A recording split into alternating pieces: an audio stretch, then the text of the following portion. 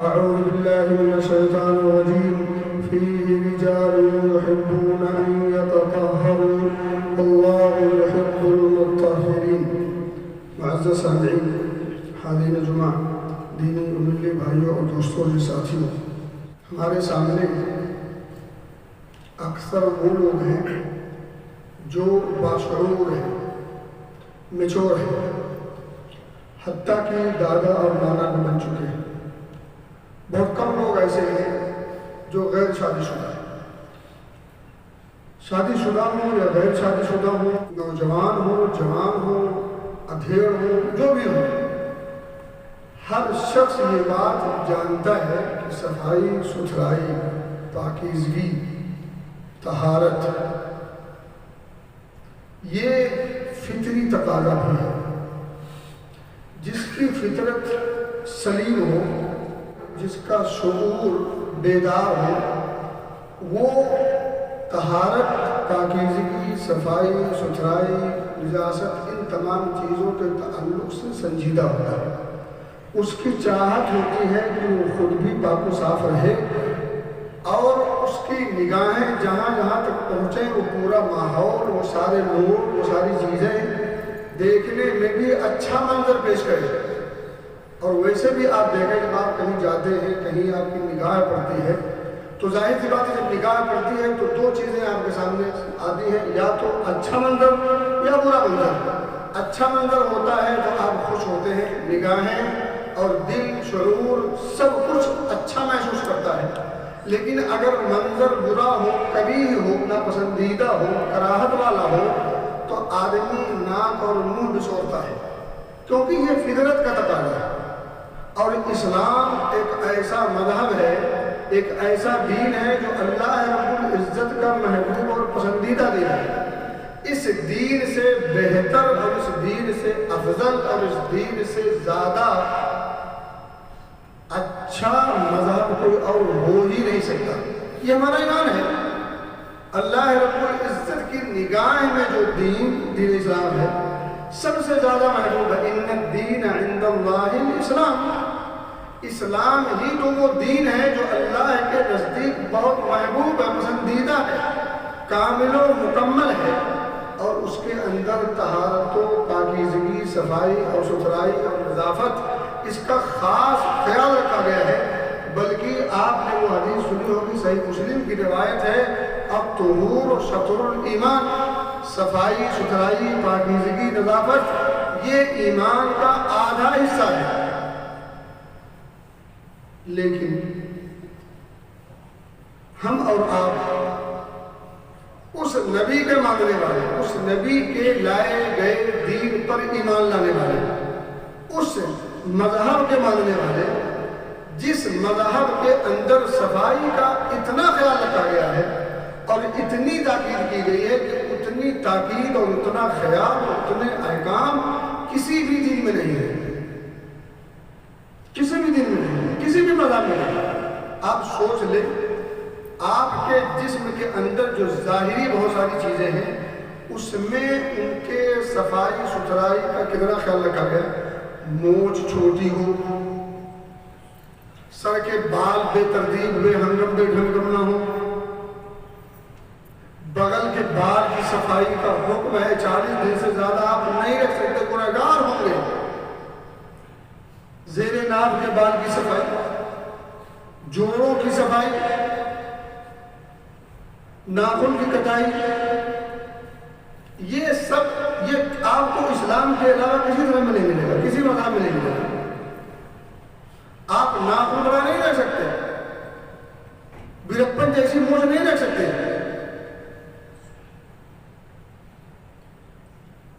اتنا اہتمام، 10 چیزیں، ایک حدیث میں ہے کہ 10 چیزوں کا کاٹنا، 10 چیزوں کی صفائی ستھرائی یہ فطرت میں سے 10 من الفطرہ، اور ایک حدیث میں ہے 5 من الفطرہ۔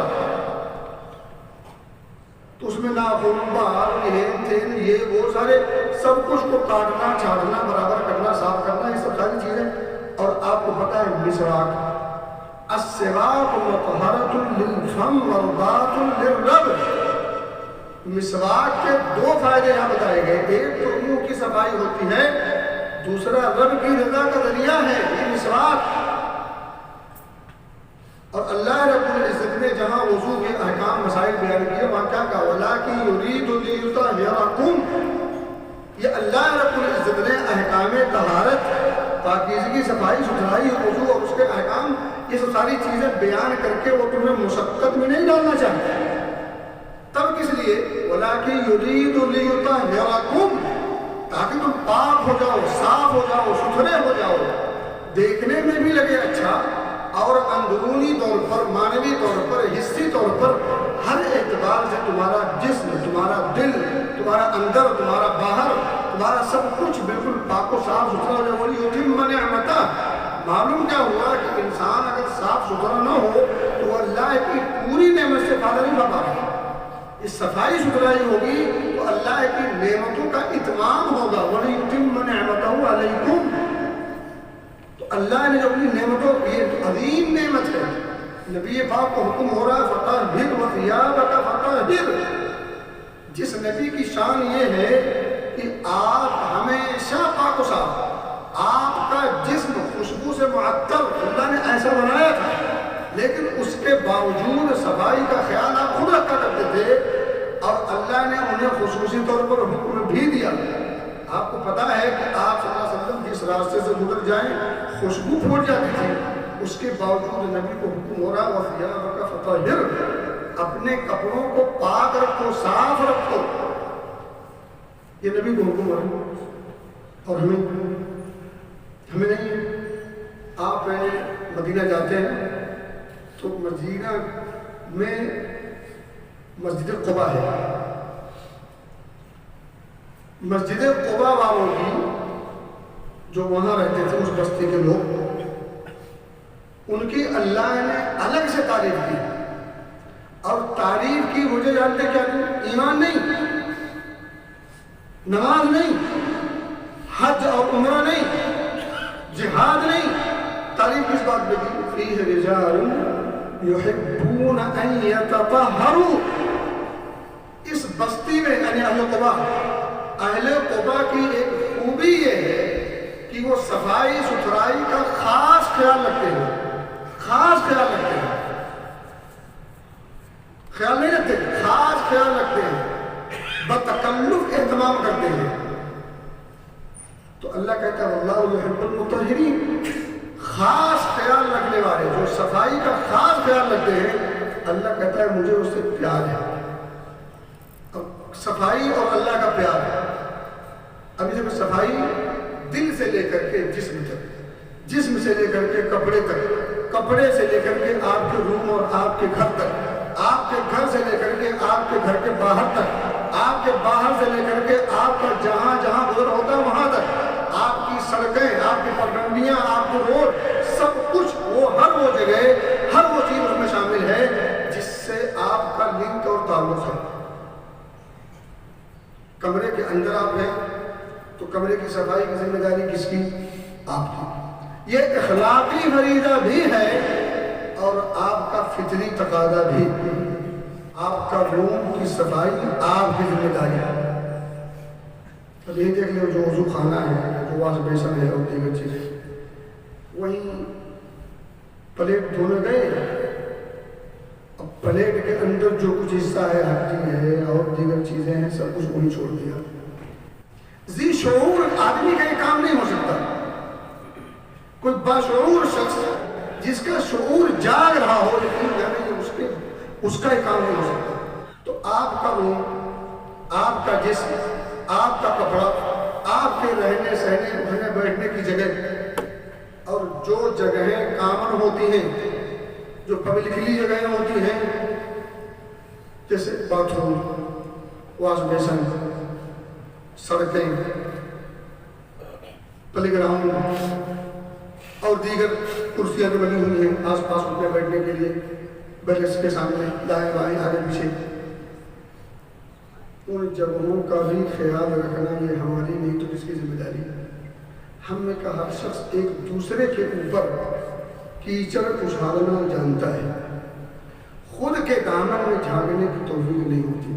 ہر شخص کو شکوا ہے کس سے حکومت سے. ہر شخص کو شکوا ہے کس سے جو ذمہ داران ہے.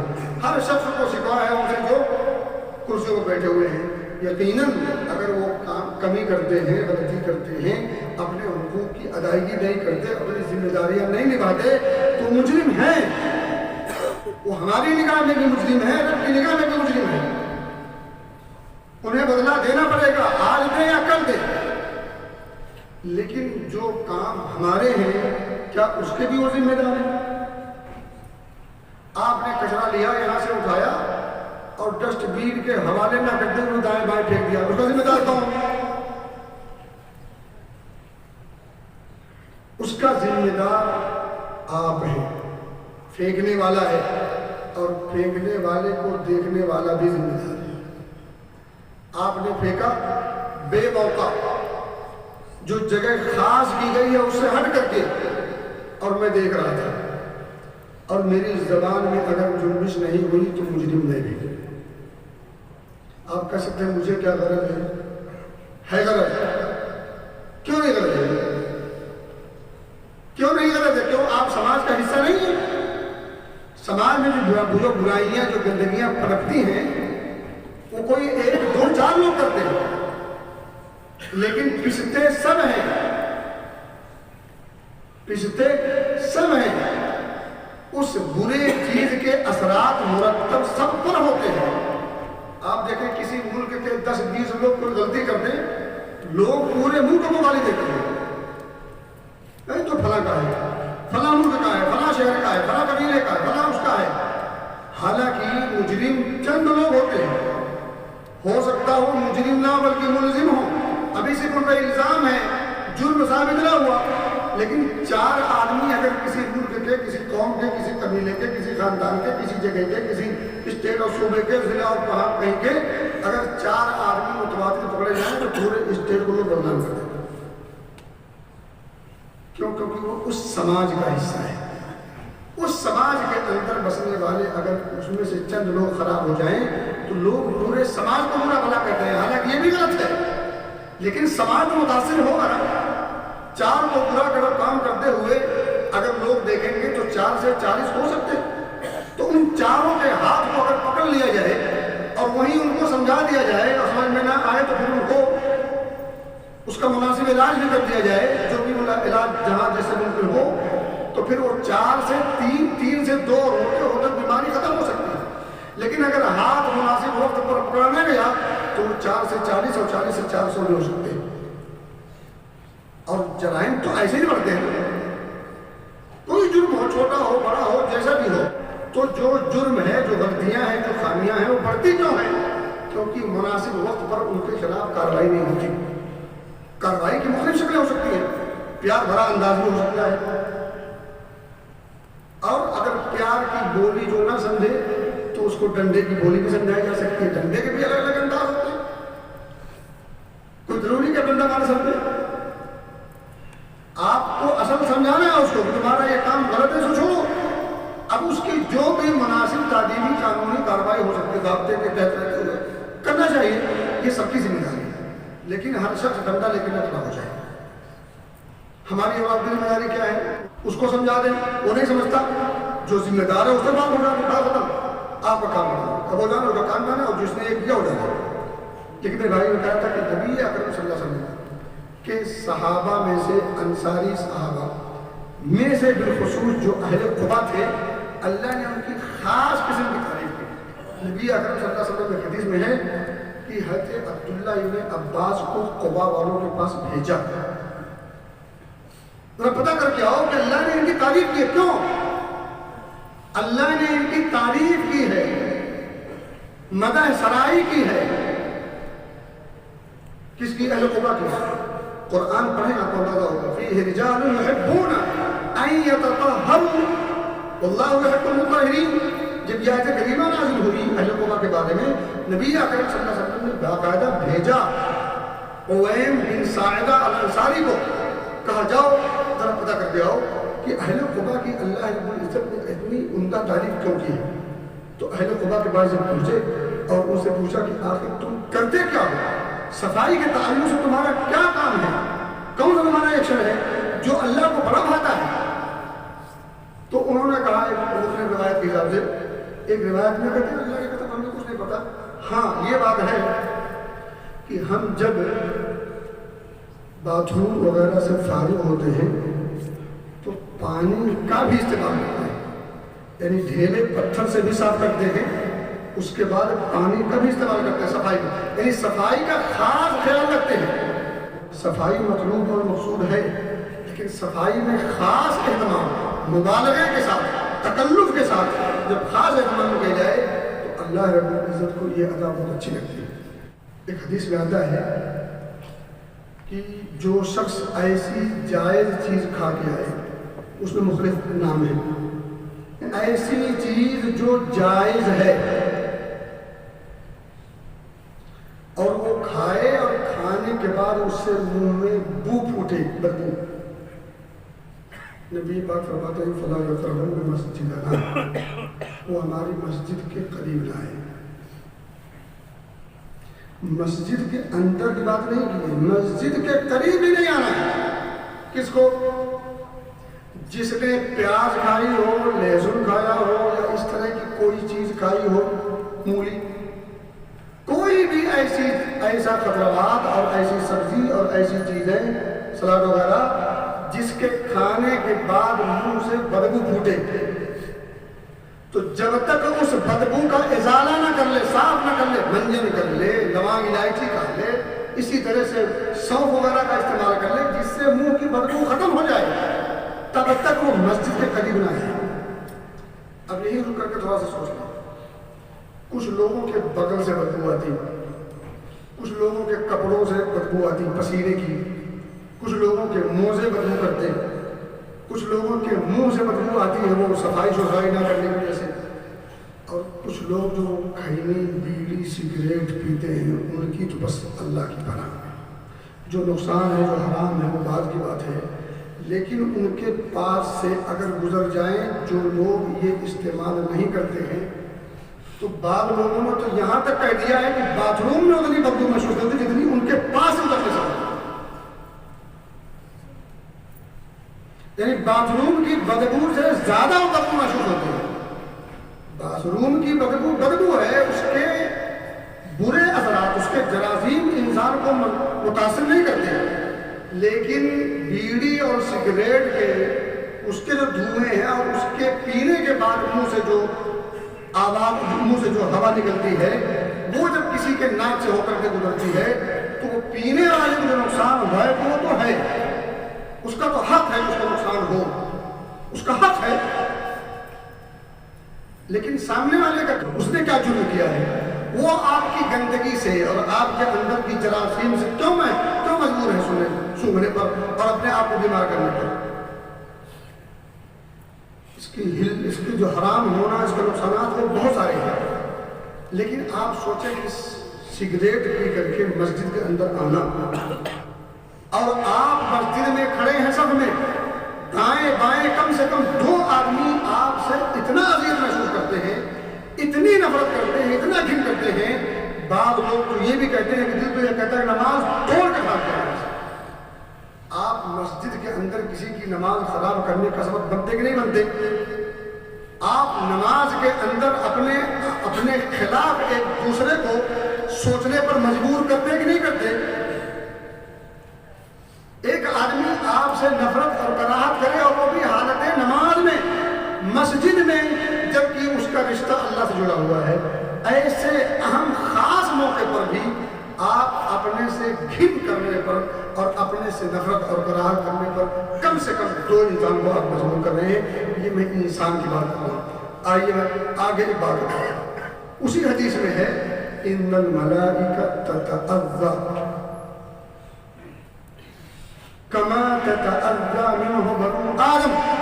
جس طرح سے ابن آدم کو آپ کے اس مولی اور گاجر اور یہ اور وہ کھانے کی وجہ سے منہ سے بدبو پھوٹتی ہے، اس سے تکلیف ہوتی ہے، ملائکہ کو بھی تکلیف ہوتی ہے. ملائکہ حاضر ہوتے ہیں، ہمارے ساتھ ہوتے ہیں.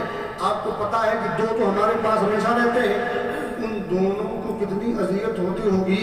تو جب مسجد آئیں بالخصوص اپنے آپ کو ہمیشہ پاک و صاف رکھیں. ظاہری پاکیزگی صفائی ستھرائی، باطنی پاکیزگی صفائی ستھرائی. آپ سمجھ سکتے ہیں ایک مسلمان کو اگر کہنا پڑے کہ صاف ستھرا رہو تو یہ شرم کی بات ہے، جبکہ اسے ایک دن میں 5 مرتبہ صفائی کا خاص خیال رکھنے کا حکم ہے، فرض ہے۔ اس کے کپڑے صاف ہوں یہ فرض ہے، تو نماز پڑھنی ہے، اس کا جسم پاک ہو نماز پڑھنی ہے، اور جہاں نماز پڑھنی ہے وہ ایک مسلمان کو اگر صفائی ستھرائی کے لیے کہا جائے تو یقیناً یہ شرم کی بات ہے۔ لیکن افسوس دیکھیں، آج میں اپنے ہندوستان کی بات کرتا ہوں، ہندوستان میں غیر مسلمین اب انہوں نے ایک ٹرینڈ بنا لیا ہے، کس بات کا؟ جو علاقہ، جو گلی، جو محلہ گندا ہو تو کہتے ہیں کہ مسلمانوں کا علاقہ ہے، گندے علاقے کو مسلمانوں کا علاقہ کہتے ہیں، شرم کی بات ہے، ڈوب مرنے کی بات ہے، یقیناً جانے ڈوب مرنے کی بات ہے۔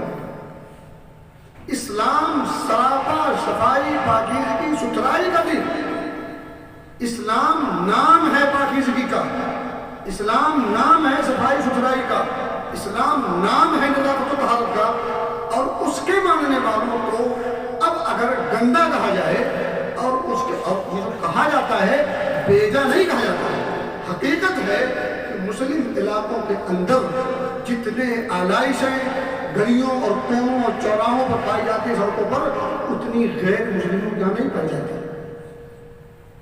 یہ حقیقت بھی ہے، اس سے آپ بچ نہیں سکتے۔ تو جو انہوں نے ہم پر طنز کیا ہے بیجا نہیں کیا ہے، اس طنز میں وہ بجا ہے، وہ حق پر ہے۔ ایک بات یاد رکھیں، اگر کوئی شخص آپ کی کسی غلطی پر آپ کی نشاندہی کرے تو آپ اس کے شکر گزار بنیں، یہ شکر ادا کریں اس کا کہ اس نے آپ کو تنبیہ کی، آپ کی یاد دہانی کرائی، یہ اس کا احسان ہے کہ اس نے آپ کو بتایا، ممکن ہے آپ کو احساس نہ، تو اگر کوئی احساس دلائے، یاد دلائے، بتائے، سمجھائے اور آپ کی غلطی کی نشاندہی کرے تو بجائے اس کو کچھ کہنے کے، اس سے ناراض ہونے کے، آپ اپنی اصلاح کریں اور اس کے شکر گزار بنے، اس کو شکریہ بولے، جزاک اللہ خیر کہیں تو اپنے روم کو، اپنے واش بیسن کو، اپنے باتھ روم کو، اپنے ان تمام چیزوں کو جس کو آپ استعمال کرتے ہیں اور ساتھ ہی ساتھ آپ کا بھائی بھی استعمال کرتا ہے، تو اس کو کم سے کم اس حال میں رہنے دیں جس حال میں وہ ہے۔ آپ باتھ روم گئے، پانی مارتے، یہاں کوئی بچہ ہے جو سب بچوں والے ہیں، جن کے بچے نہیں ان کی شادی ہونے کے بچے ہوتے، یہاں کوئی چھوٹا موٹا نہیں ہے نا، سب بڑے بڑے لوگ ہیں، سب باشعور ہیں، سب جوان ہیں، ابھی اتنی چھوٹی بات بتانی پڑے گی باتھ روم میں جا کر کے پانی میں مارتی ہے، پھر شرم کی بات۔ پھر بھائی عقل سلیم کا استعمال کریں، فطرت سلیمہ کو اللہ رب العزت نے جسے عطا کیا ہے اس کا صحیح استعمال کریں اور اپنے آپ کو ایک اچھا انسان بنا کر رکھیں، اپنے آپ کو اچھا انسان بنائیں، اور پلس ہم مسلمان ہیں تو اچھا انسان اور اچھا مسلمان، جو اچھا مسلمان ہوگا وہ اچھا انسان ہی ہوگا، یہ ہماری شان ہے۔ تو صفائی ستھرائی کا خاص خیال رکھنا یہ ہماری ذمہ داری ہے۔ اللہ ہمیں سمجھ کے توفیق